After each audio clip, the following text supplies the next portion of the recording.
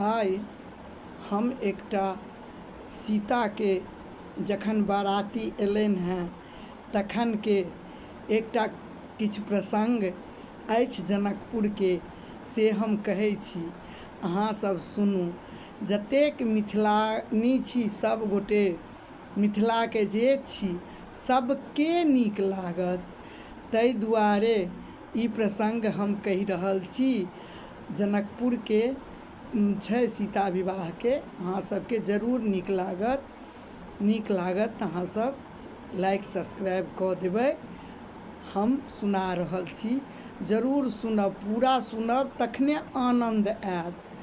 कम सुनलासँ ओकर कुछ नहीं बुझबै, लेकिन यदि पूरा सुनब तऽ अहाँ सबके बहुत आनंद आयत, ताहि दुआरे सुनैत जाउ।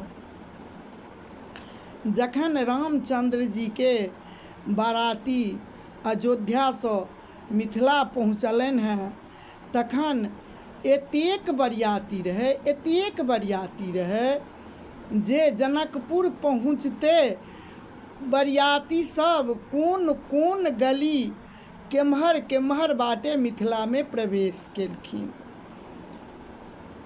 और जतऽ ततऽ सब रथ घोड़ा हाथी सब घुसथिन अंदर। एकदम जनकपुर में धूम मच गेल, एहन धूम मच गेल जे आनंदक कोनो सीमा नहीं रहल। बाराती कोनो गली बाटे घुसैत छलखिन। ओही में वशिष्ठ गुरु के रथ और दशरथ जी के रथ एक रास्ता से जाइत रहन। सारथी जखन एक महल के आगू में पहुँचलखिन तो सारथी देखलखिन जे बहुत बड़ा महल छै, और वही महल के आगू में सोना के बर्तन थारी लोटा सब ढेरी लागल छै। से जो सारथी देखलखिन तो सारथी के मन में ई भेलनि जे की कहै छै, राजा जनक के यह महल छै। ओहि महल के सामने से जे विदा भेलखिन तऽ वही महल के आगू बाटे जाय लगलखिन। सारथी के जनक जी के महल समझ कऽ वही बाटे जाय लगलखिन। जखन वही बाटे जाइत रहथिन तऽ कनिक दूर पर एकटा वृद्ध आदमी ओहिठाम बैसल रहथिन। ओ आदमी जखन देखलखिन जे एहन सुसज्जित रथ एतेक बढ़िया आबि रहल छै, ई की बुझि कऽ एम्हर आबि रहल छै, से सोचि कऽ ओ बूढ़ आदमी हुनका से पुछलखिन, यौ महाराज, अहाँ एम्हर कतऽ जाइ छी? अहाँ एम्हर कम्हर जाइ छी? तऽ सारथी कहलखिन जे हम राजा जनक जी के ओहिठाम जा रहल छी। ई तऽ उ सारथी जे सुनलखिन बूढ़ आदमी जे ई अब राजा जनक जी के ओहिठाम जाइ छथि, लेकिन ई तऽ कतौ और जा रहल छै, हुनका बहुत कनि अथी भऽ गेलनि मन में जे हिनका सब शायद रास्ता भुतला गेल छथि।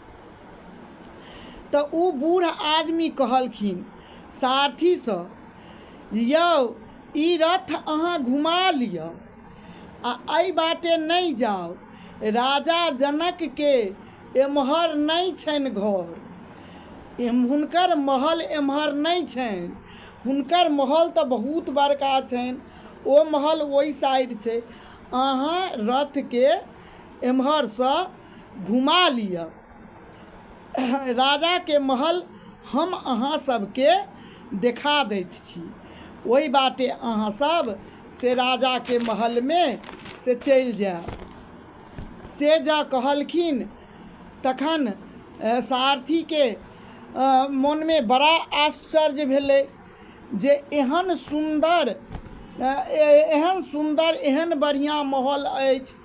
आ तखन ई कहै छथि जे एम्हर अहाँ कतऽ जाइ छी? तऽ वशिष्ठ जी रहथिन और की कहै छै दशरथ जी सेहो रहथिन। हुनको दुनू गोटेके बहुत आश्चर्य लगलनि जे ई हमरा सबके की कहै छथि। बहुत आश्चर्य भेलनि। सारथी कहलखिन चलू जाहि बाटे हम अहाँके लऽ जाइ छी। बूढ़ा आदमी कहलखिन चलू जाहि बाटे हम अहाँके लऽ जाइ छी ओहि बाटे अहाँ चलू। जखन दशरथ जी देखलखिन तऽ कहलखिन जे कहू तऽ एतेक सोनाके बर्तन ढेर लागल छै और एहिठमन एतेक बढ़िआँ महल छै। आ तब ई बूढ़ आदमी कहै छै जे यौ महाराज सुनू ई राजा जनकके महल नहीं छै। बहुत आश्चर्य लगलनि।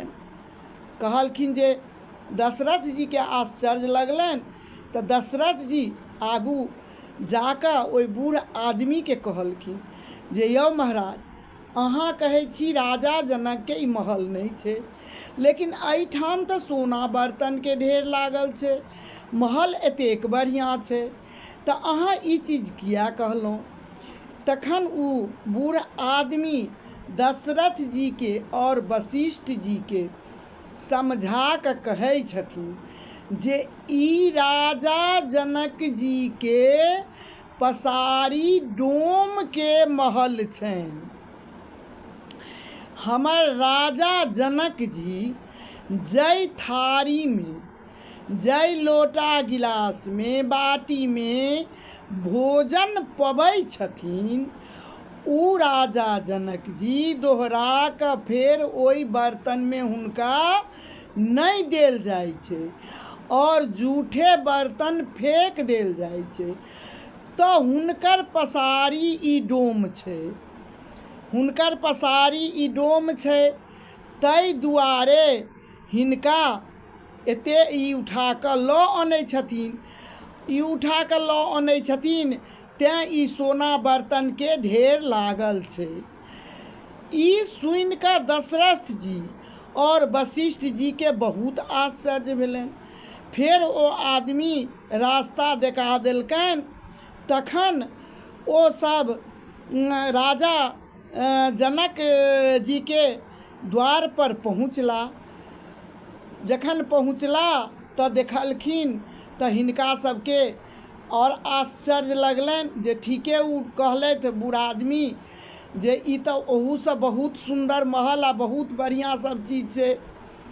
तखन जाकऽ फेर ई सब तत्काल चुप्पे रहला और विवाह दान सब चीज भेल। राजा दशरथ अपन बालक सबसँ भेंट घाट केलथि। विवाह दान भेलाक बाद एक दिन जखन राजा जनक दुनू भाई और एहिठमन दशरथ जी वशिष्ठ जी विश्वामित्र जी सब बैसल रहथिन सभा में, ओहिठमन सब यह बातचीत सब करैत रहथिन।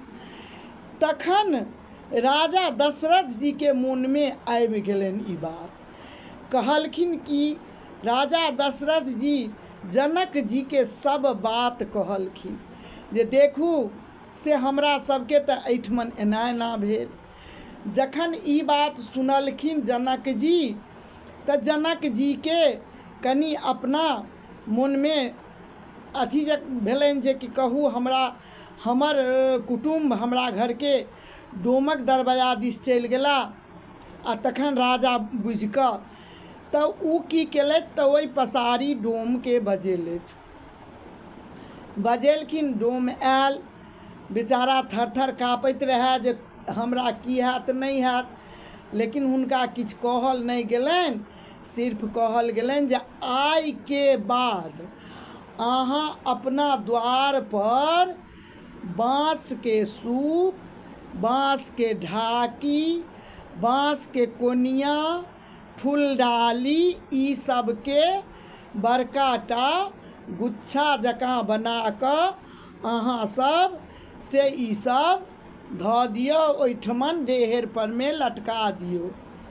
जखन ई चीज डोम के कहल गेलनि तऽ डोम सिर झुका कऽ बात मानि लेलखिन। ओतऽसँ ओसभ अयलथि, डोम अयलथि अपना घर।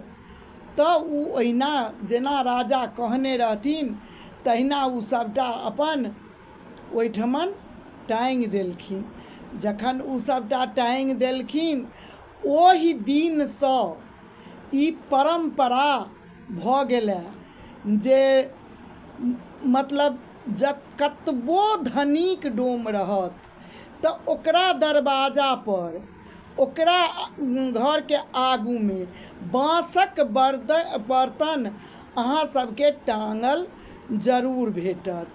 तेँ जखन देखै छै लोक तऽ बुझि जाइ छै जे ई डोमक घर छनि। तेँ ई कथा छल। ई कथा कोनो एम्हर ओम्हरसँ नहि छलै, ई कथा सहीके छलै। ताहि दुआरे हम अहाँसभ लग कहलहुँ, यदि मिथिलाके लोक छी तऽ नीक लागले हैत, कारण हमहूँ ओही मिथिलाके छी। हम जानकी जीके नैहरके लगके छी, ताहि दुआरे हम जानकी जीके अपन बहिने बुझै छियनि आओर रामचंद्र जीके अपन पाहुने बुझै छियनि। तेँ अहाँ सभके ई कथा सुनेलहुँ। अहाँ सभके जँ नीक लागत तऽ अहाँसभ लाइक सब्सक्राइब कऽ देब। सुनू।